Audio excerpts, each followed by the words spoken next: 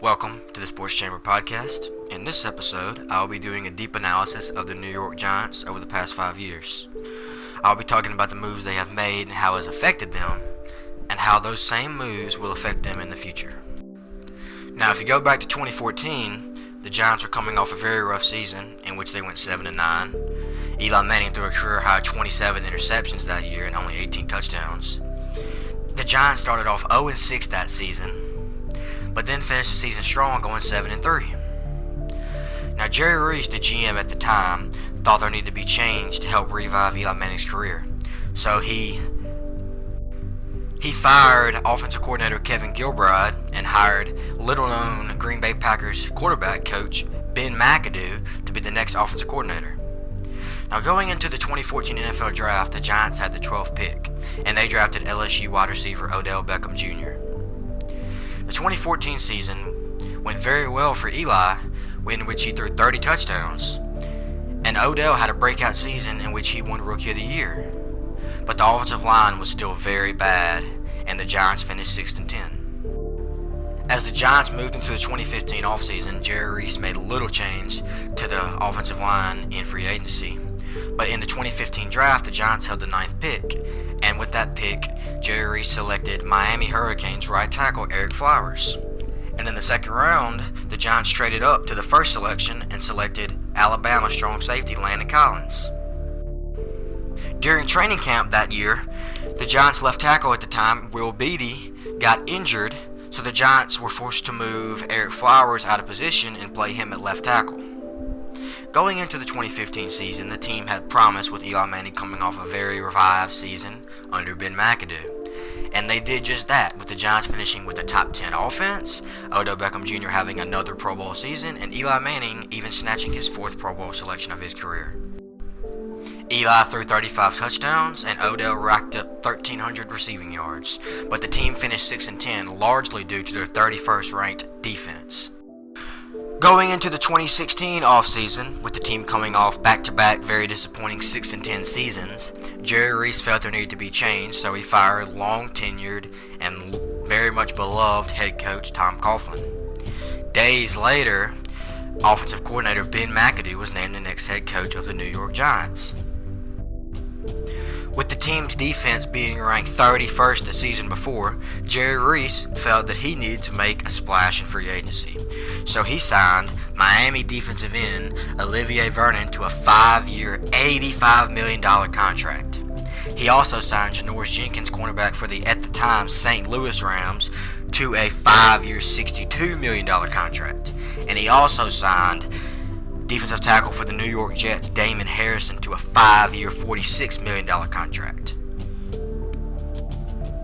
The Giants held the 10th pick in the 2016 NFL Draft, and Jerry Reese took a risk on Ohio State cornerback Eli Apple, when many thought the team would take Miles Jack, as well as selecting Oklahoma Sooners wide receiver Sterling Shepard in the 2nd round. With the 2016 season approaching, many Giants fans, including myself, had hope due to the fact of the growing connection between Eli and Odell, and with the additions of Olivier Vernon, Janoris Jenkins, and Damon Harrison, many Giants fans thought the defense could be very much better this year. Unlike the previous 2 seasons in which the Giants started off 0-2, the Giants started strong this season with a 2-0 record. But then, in Week 3 against the Redskins, came the infamous incident between Odell and the kicking net, which created drama about Odell's maturity and his attitude throughout the entire season.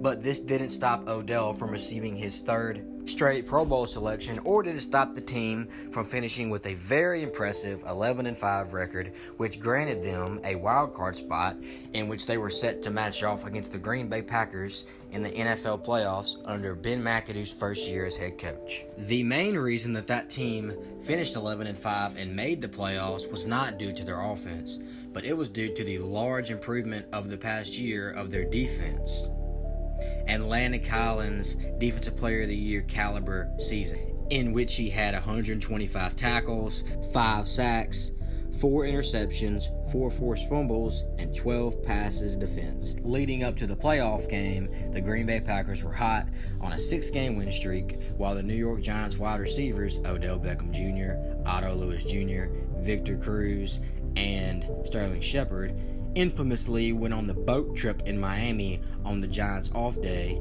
and when they came back, many people questioned if they would be locked in for the playoff game, and when the playoff game came, it showed when Odell Beckham Jr. dropped 2 touchdowns and Sterling Shepard dropped 2 touchdowns. And the Green Bay Packers went on to win that game 38-13.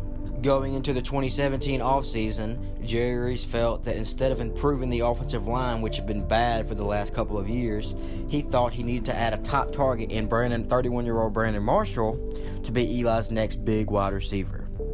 And also, with the 23rd pick in the 2017 NFL Draft, the New York Giants selected Ole Miss tight end Evan Ingram. Going into the 2017 season, there were many high expectations for the Giants coming off of a playoff year that they would be Super Bowl contenders. So much so that Bleacher Report ranked the Giants as the number 2 team in the NFL before the season started.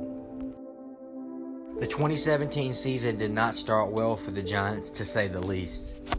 They started off with an 0-4 record with horrendous offensive line play, Eli Manning play, and overall team play and effort. Then came week 5 when the entire team and thing just collapsed. Odell Beckham Jr. broke his ankle. Brandon Marshall broke his foot. Dwayne Harris, the Pro Bowl kick returner / wide receiver, broke his foot. And Sterling Shepard got injured too. Moving along to week 11 when the Giants were 2-9, and the most disrespectful move in Giants history came when Ben McAdoo benched 2-time Super Bowl MVP Eli Manning for Geno Smith. Then at week 13, after Geno Smith started against the Raiders and the Giants lost, the next day came a moment that I was waiting for a very long time. The firing of Ben McAdoo and GM Jerry Reese.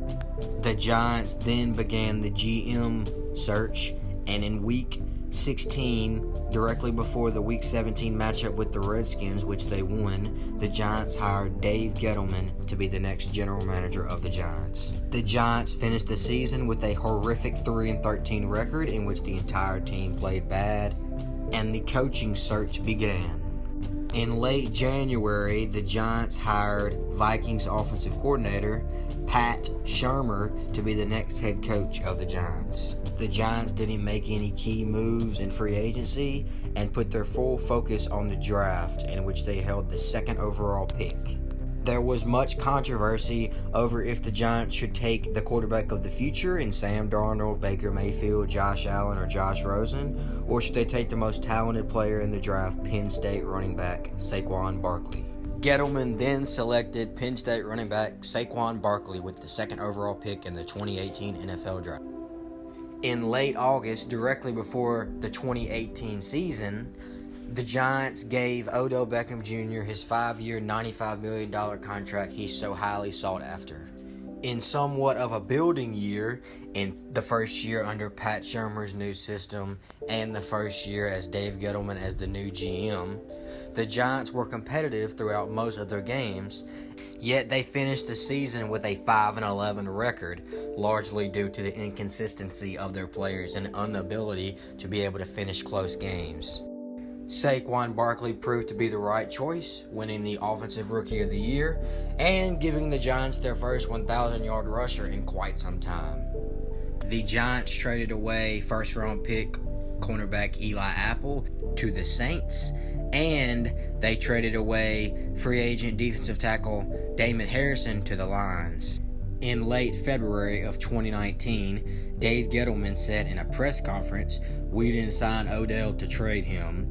Yet weeks later in early March, right after Landon Collins left in free agency to go sign with the Washington Redskins on a 6-year, $85 million contract, the Giants traded away wide receiver Odell Beckham Jr. to the Cleveland Browns and Olivier Vernon to the Cleveland Browns for right guard Kevin Zeitler, free safety Jabril Peppers, and a first-round draft pick.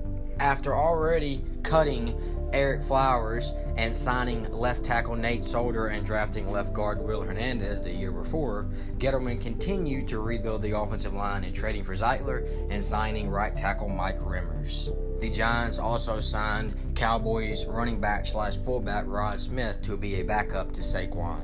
And then came the 2019 NFL Draft, in which the Giants held the 6th overall pick. I wanted the Giants to either draft Kentucky outside linebacker Josh Allen or Ohio State quarterback Dwayne Haskins. But the Giants drafted Duke quarterback Daniel Jones, aka Baby Eli. The Giants then moved to selecting Dexter Lawrence, defensive tackle from Clemson, with the 17th selection, and traded back up in the first round with the Seattle Seahawks to select Georgia cornerback DeAndre Baker with the 30th selection. This is where the Giants stand at today. These moves show me that the Giants are definitely building a structure with Pat Shurmur and Dave Gettleman. They are getting the guys that best fit Pat Shurmur's system and that Gettleman likes the most. These moves could set up the Giants for future success if Eli Manning can pass the torch to Daniel Jones and Daniel Jones can be Eli 2.0.